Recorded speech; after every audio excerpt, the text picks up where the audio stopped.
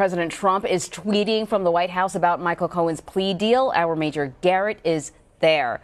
Okay, Major. Michael Cohen's attorney Lanny Davis told us that the president's lawyer, Rudy Giuliani, admitted that President Trump lied on Air Force One. And he also says that his client has information related to hacking that he claims would be of interest to Robert Mueller. So far, all we've heard is one tweet. And I don't even really get this tweet from the president suggesting that if you need an attorney, you should not hire Michael Cohen, like a Yelp review. It's a weird reaction, but what are you hearing from the White House? How's the White House reacting to all of this that's unfolding? Well, the White House is deferring to the president. His comments in West Virginia about the Paul Manafort convictions, the only thing the White House will say, and are leaving it to the president and his Twitter feed to talk about Michael Cohen, making a, I would say, ham-handed effort at a joke about Michael Cohen and his relative legal capabilities. It's worth pointing out that the president relied extensively on those legal capabilities not so long ago, when he described him and Michael Cohen described himself as Donald Trump's fixer. So the White House, at the personnel level, really doesn't know what to make of all this and doesn't know what to do, and are leaving it entirely to the president to defend himself and make whatever public statements he's going to make. But those beneath the president don't have anything to add to the either Paul Manafort convictions or the Michael Cohen plea deal, because they know there is no way, credibly, to even attempt to spin either of those developments in a positive way. So, as is often the case here at the White House, personnel, particularly those in the communications shop, are leaving it to the president to articulate on his behalf what he thinks and what he intends to do. And they will read the Twitter feed like everyone else, probably with some more degree of distance than they might otherwise, because this is the president's problem. It is collectively everyone in the White House's problem, but the president is kind of alone on this one, and there's not much any communications team, let alone one he usually keeps at arm's length, can do to help him. So now that Cohen is pointing the finger at the president, sort of as an unindicted co-conspirator, if you will, if the president was to be deposed, do authorities need the support of Congress? And is the White House concerned about members of, the Republican Party maybe splitting with the president as things become more and more complicated, if you will? Well, there's a lot to unpack there, Anne-Marie. So first of all, we should, I would suggest, stay away from terminology like unindicted co-conspirator unless someone else legally charged with leveling that charge uses it. What we have is a plea agreement from Michael Cohen that implicates the campaign and the person at the top of that campaign, Donald Trump. Implicates, but that's all.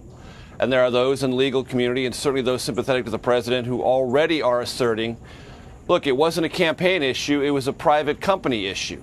And there are different laws that apply differently to transactions of that kind. So until this becomes, or if this ever becomes, a larger legal issue for the president, it's a Michael Cohen problem principally. The president is implicated, absolutely, and that's a valid and discussable point. But until that actually happens, I would suggest we shy away from that. As far as depositions of the president, Michael Avenatti, Stormy Daniels' attorney, has said he now fully intends to press for a deposition of President Trump. If he is given the green light to do that, Congress doesn't have to be involved and would not be involved at all.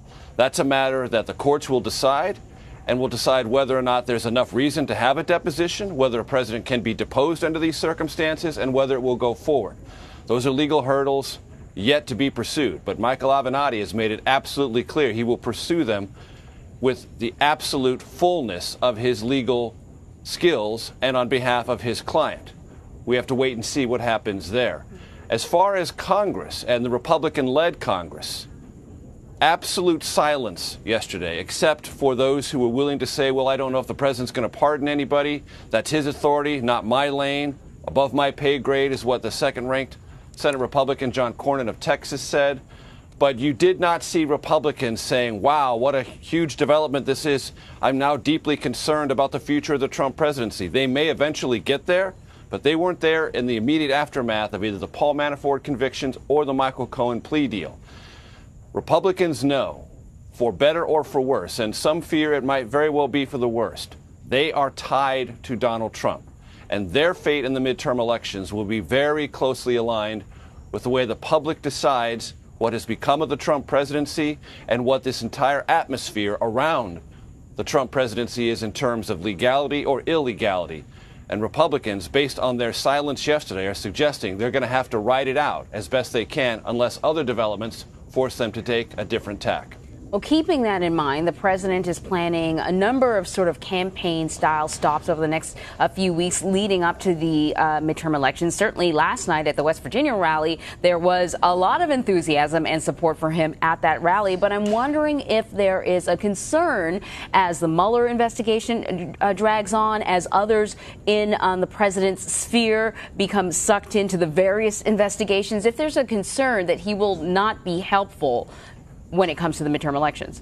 Well, talk about an awkward moment. Yesterday morning, well, it was right around midday, the White House had a conference call to unveil the president's aggressive and ambitious, and they said, never before seen campaign schedule in the midterms, going so many different places, helming so many Republicans out. A couple of hours later, let us just say, if not illegal, certainly a political pall was cast over the president's ability to mobilize and energize Republicans on behalf of a Republican Congress to help him forward his agenda, because you had the Paul Manafort convictions and the Michael Cohen plea deal.